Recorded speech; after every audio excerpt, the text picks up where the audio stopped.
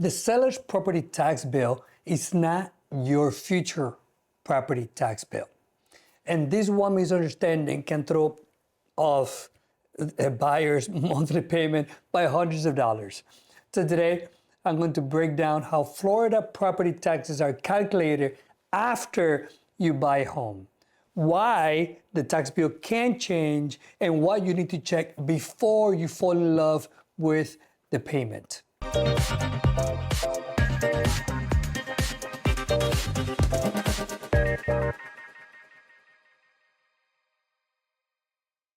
As always, before we dive in, before we get into the numbers, thank you to everyone who has subscribed to the channel. I truly appreciate it. It does mean a lot to me. It is helping my channel grow, so thank you. And if you're a home buyer, homeowner, or you're an investor, or if you're thinking about relocating to South Florida, this channel is here to help you make the wise real estate decision with clarity and with peace. So please go ahead, subscribe, like this video, share with someone who's buying a home, and comment below if property taxes have ever confused you. Now, let's talk real estate. Florida property taxes matter because your mortgage payment is not just principal and interest. Your real monthly housing costs usually include things like your mortgage, your property taxes, your home insurance, in some cases, HOA fees. Also, you have to think about maintenance, you have to think about utilities, and in South Florida, especially in places like Miami-Dade and Broward, taxes can make a big difference when you start thinking about affordability. Here's where many buyers get caught. They start looking at a listing, MLS or Zillow, whatever, and they see the current tax bill. Maybe it says the seller paid $3,800 last year. So they think $3,800 last year for that property, that's great. That's manageable, that's something that I can do. But after the sale, after they sign the papers, the county may reassess the property based on its current market value. And that means that your future tax bill could be higher than what the seller paid. It doesn't mean that anyone tricked you, but because Florida property tax system changes after ownership. Let's keep this simple. Florida property taxes usually start with 4 basic numbers. And these are numbers that you need to understand. Number 1, they start with the market value. And that is what the property appraiser estimates your home is worth as of January 1st. Number 2, they look at the assessed value. And this is the value used before exceptions. For many new buyers, this can reset closer to market value after purchase. Number 3, exemptions. This includes homestead exemption if the home is your primary residence and you qualified.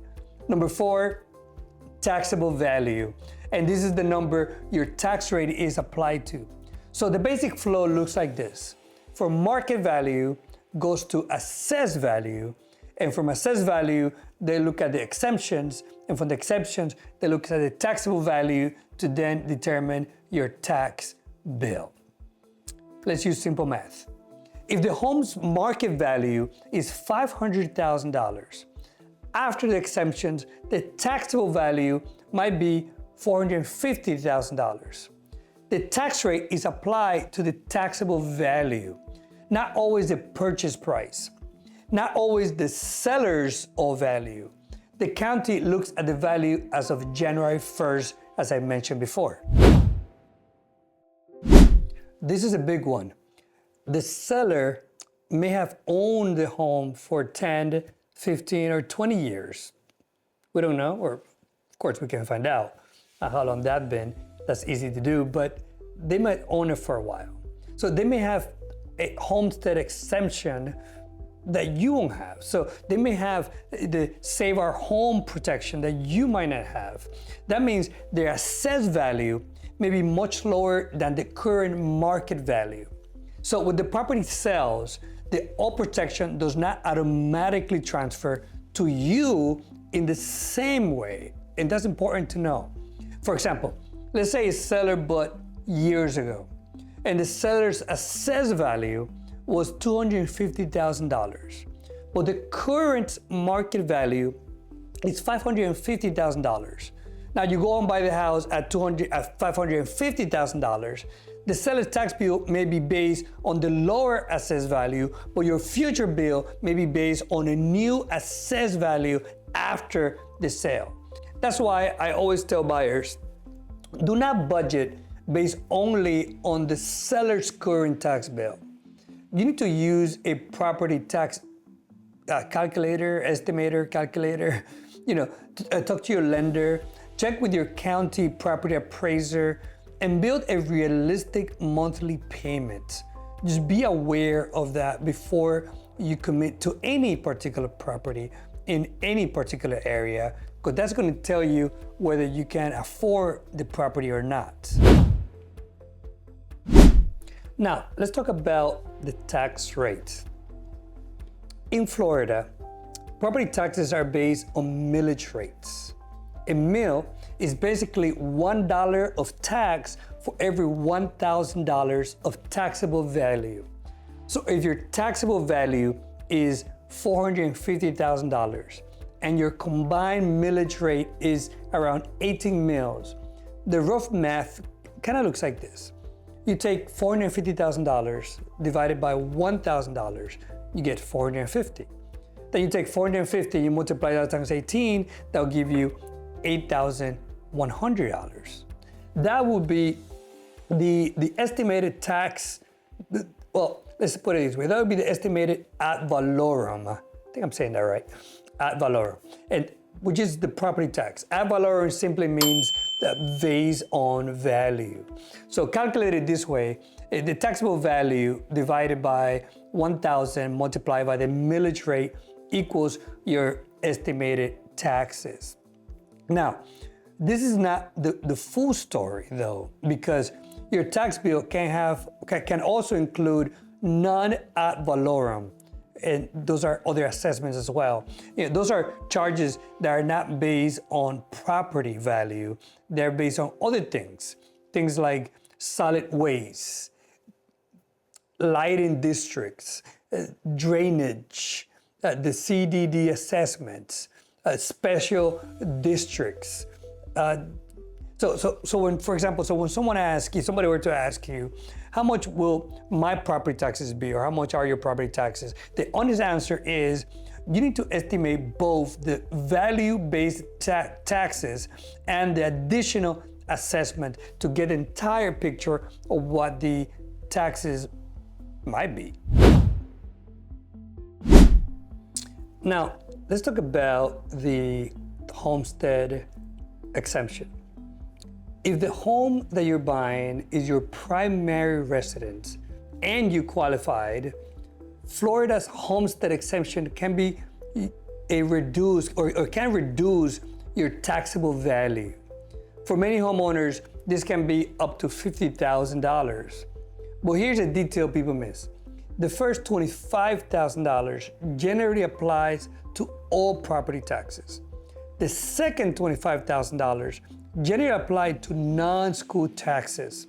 So homestead helps, but it does not erase the whole tax bill. So don't count on that. Don't run into that assumptions. And there are other exceptions as well that you might be able to qualify depending on your situation. So you generally need to own or occupy your home as a permanent resident as of January 1st and apply by the deadline.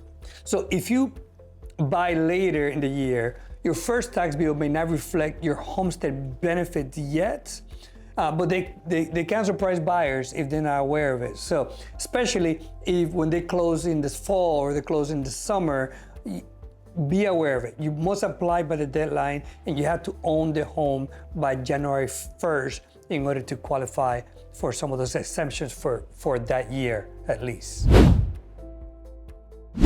Here's where Florida gives homeowners a major long-term benefit. After your homestead exemption is in place, Save Our Home can limit how much your assessed value increases each year. Generally, the cap is 3% or the consumer price index, whichever is lower.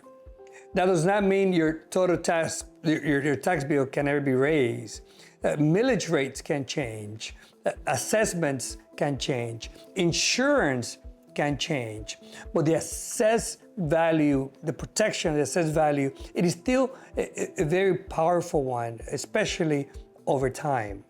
That's what saved our homes, and that's how it can help definitely over time.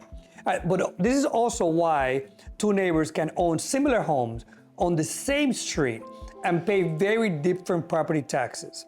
One bought it 15 years ago, one bought it last year, same neighborhood, different tax history, different assessed value, therefore different tax bill. If this is helpful, this is exactly why I make these videos, because real estate is not just about finding a pretty kitchen, it's about understanding the numbers before they become stress. I'm Edwin Cillier, a South Florida realtor, and my goal is to help families, homeowners, and investors make wise decisions with clarity and purpose and just a peace of mind. Please, you can visit my website at edwincillier.kellerwilliams or kw.com, or send me a text or WhatsApp 786-774-9077 if you want to search homes or start planning your next move. And if this video is helping you, subscribe and send it to someone who's thinking about buying in Florida. Thank you. Let's keep watching. Now, for investors, this matters even more, because investors usually do not get a homestead exemption on rental properties, on the business side of it. That means that no homestead benefit will be applied, no Save Our Homes cap, or at least the same way a home occupant receives it. So if you're buying a rental property, your tax estimate needs to be conservative. This is important in order to make everything work. So let's say you're analyzing a property. You like the property, it's in a good area, the rent looks good, the mortgage looks okay, insurance might be high, again, you're an investor, but it's manageable. But you use the seller's old tax bill. That mistake can make the deal look profitable when it is not. For investors, property taxes affect many things, and this is important. It can affect cash flow, it can affect the debt service coverage, it can affect the return on investment, known as ROI. It can affect rent pricing, it can affect long-term holding costs. So before you say this deal works, make sure that the tax number is realistic after purchase. New construction has another layer altogether. Sometimes the early tax bill only reflects the land value, not the completed home. So a buyer may see a very low tax number and think, wow, this is awesome, this is affordable. But the following year, once the completed home is assessed, the tax bill can jump. Don't be surprised by it. Be prepared for it. As I say by the video, I like new construction, but this is a tricky one that you have to be aware ahead of time. And this is especially important in new communities with CDD fees or special assessment. So if you're buying a new construction in South Florida, you have to ask this question. What is the estimated tax bill after the home is fully assessed? Are there CDD fees? Are there special assessments? What is the estimated total monthly payment after everything is included? That is the number that matters, not just the first year estimates. Look ahead and be prepared.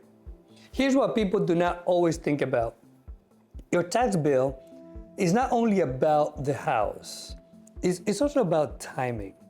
If you buy in November, the tax bill for that year may still reflect the seller's situation. Then the next year, the property may reassess. The property assessor may come by and give you a different number. Then your homestead may apply if this is important, you have to know if you qualify and file properly. So the real cost of ownership may not fully show up immediately. This is why, again, also important, this is where buyers, they need to ask better questions before closing. I just gave you a few, let me give you a few more. So don't just ask, what are the taxes now? Ask this, what could the taxes look like after the reassessment? Will I qualify for homestead? When will my homestead apply? Are there non-ad valorem assessments that I need to be aware about? Is this new construction a CDD community or property with special districts? That is how you buy with wisdom and prepare, and you're ready. And that's how you need to approach your home buying process. Don't just go blindly hoping what will happen, that you might be ready, but know exactly what's going on so you can enjoy your investments, you can enjoy your house, you can enjoy your properties, you can enjoy your time with family, and don't consider what you have a burden, but a blessing. Proverbs reminds us, by wisdom, a house is built, and through understanding, it is established. A strong home isn't built on excitement alone. It's built on wisdom. It's built on understanding. And it's built on careful planning. Learning how Florida's property taxes work is just one part of becoming a wise homeowner and protecting the investment you're making for your family's future. That's important. That's wisdom. That is how you start not only building a great future, but also building wealth. Here are the big takeaways. Number one, do not rely only on the seller's current property tax bill.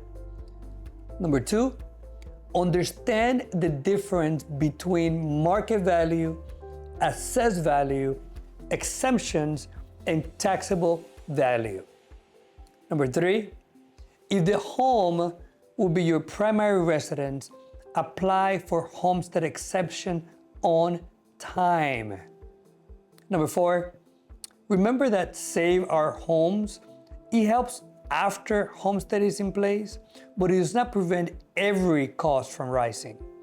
And number five, if you're buying a new construction or an investment property, estimate taxes carefully before you commit. And that is essential. I understand that Florida property taxes can feel confusing at first, but once you understand the system, it becomes much easier to plan. So the goal is not fear, the goal is clarity. Because when you understand the numbers, you can make a better decision for your family, for your future, and of course, for your peace of mind. I'm all about peace of mind. So now that you understand how Florida property taxes are calculated after buying a home, the next question is, how can I legally reduce them? What can I do to maybe pay a little bit less? Well, in my next video, I explain how Florida homeowners could save thousands in property taxes, the proposed changes being discussed in Tallahassee, and what they could mean for your wallets. I'm gonna put the link in one of the corners here. Please click on that, go check it out by all means. So thank you so much for watching. And remember, as always, God loves you, and so do I. I'll see you in the next video.